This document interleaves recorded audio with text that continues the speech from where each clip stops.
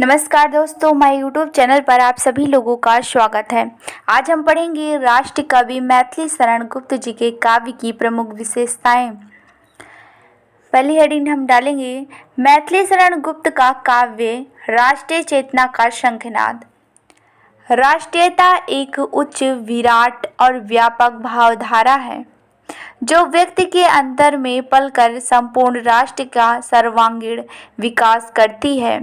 सांस्कृतिक, राजनैतिक व गांधीवादी राष्ट्रीयता के आधार पर हम उनका मूल्यांकन करते हैं, क्योंकि मैथिली शरण गुप्त जी के कविताओं में राष्ट्रीय प्रेम की भावना अधिक प्रबल प्रखर दिखाई पड़ती, इसी कारण। दूसरी हेडिंग हम डालते हैं सांस्कृतिक राष्ट्रीयता। संस्कृत और संस्कृति ये भारत के प्रतिष्ठा के ये दो प्रबल प्रमाण हैं। ऐतिहासिक सांस्कृतिक परंपरा के प्रति निष्ठा व उन मूल्यों का आदर संरक्षण सांस्कृतिक राष्ट्रीयता के अभिन्न अंग माने जाते हैं।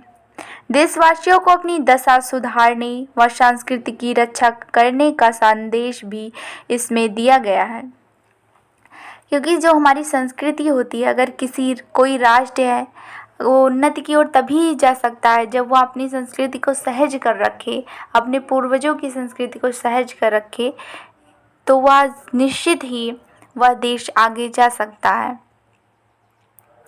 जिस पर इन्होंने विशेष ध्यान दिया था। इन्होंने कहा, है वृद्ध भारतवर्ष ही संसार का सिरमौर है, ऐसा पुरातन देश कोई विश्व में क्या और है।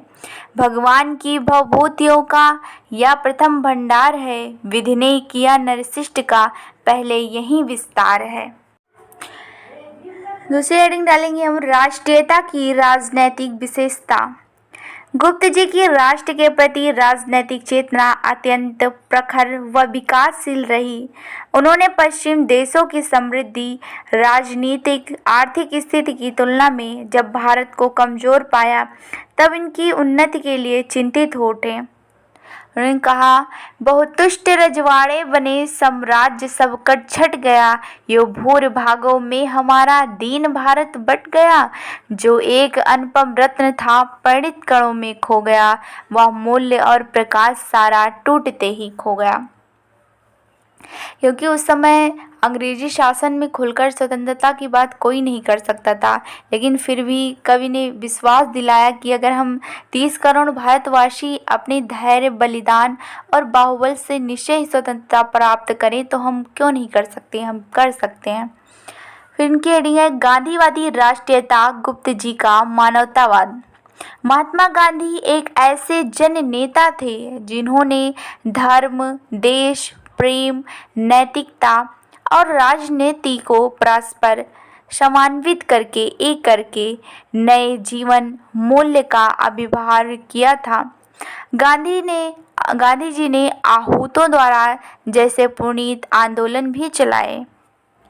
जाति, धर्म या संप्रदाय का नहीं भेद व्यवधान, यहाँ सबका स्वागत, सबका आदर, सबका सम्मान। यहाँ राम, रहीम, बुद्ध, ईसाई का सुलभ एक सा ध्यान। यहाँ भिन्न भिन्न नव संस्कृतियों के गुण गौरव का ज्ञान। यहाँ गुप्त जी के काव्य कला पक्ष को देखेंगे।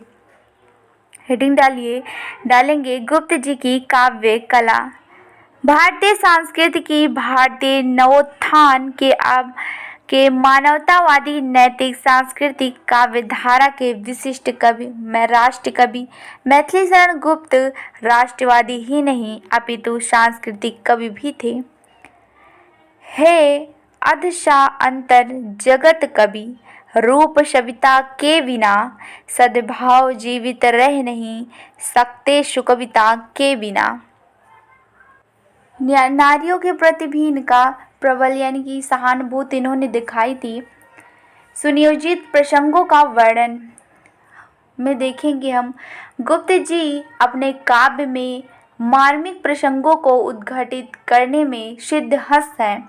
साकेत की उर्मिला और यशोधरा की नायिका के रूप में उनकी भावुकता साकार हो उठती है।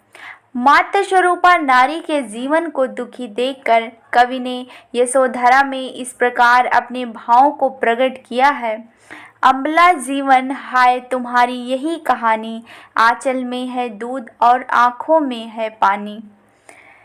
ये प्रकृति से भी परिचित थे तथा अगर हम इनकी कविता मातृभूमि में देखें तो इन्होंने प्रकृति के माध्यम से मातृभूमि के स्वरूप और विस्तार को बताया है। आइए इनका प्राकृतिक चित्रण देखें। गुप्त जी के काव्य में प्रकृति का विभिन्न रूपों में अत्यंत चित्रात्मक वर्णन हुआ है। यहाँ प्रकृति का मानवीकरण भी किया गया है। इनके काव्य में प्रकृति अवलंबन और उद्दीपन आदि सभी रूपों में वर्णित है। चार चंद्र की चंचल किरणें खेल रही हैं जलथल में, स्वच्छ चांदनी बिछी हुई है अवनी और अंबर तल में। अंत में हम निष्कर्ष लिखते हैं। निष्कर्ष के रूप में हम कह सकते हैं कि राष्ट्रीय कवि मैथिली शरण गुप्त जी में राष्ट्रीयता की भावना प्रबल तथा प्रखर थी। उन्होंने जहां राष्ट्रीयता को ऊपर उठाने के लिए अनेक कविताएं लिखी, वहीं दूसरी ओर उन्होंने प्रकृति और नारी के प्रति भी अपनी सहानुभूति दिखाई है, जिसके कारण उनका काव्य पक्ष, कला पक्ष तथा राष्ट्र के प्रति उनका योगदान सदा ही स्मरणीय रहेगा।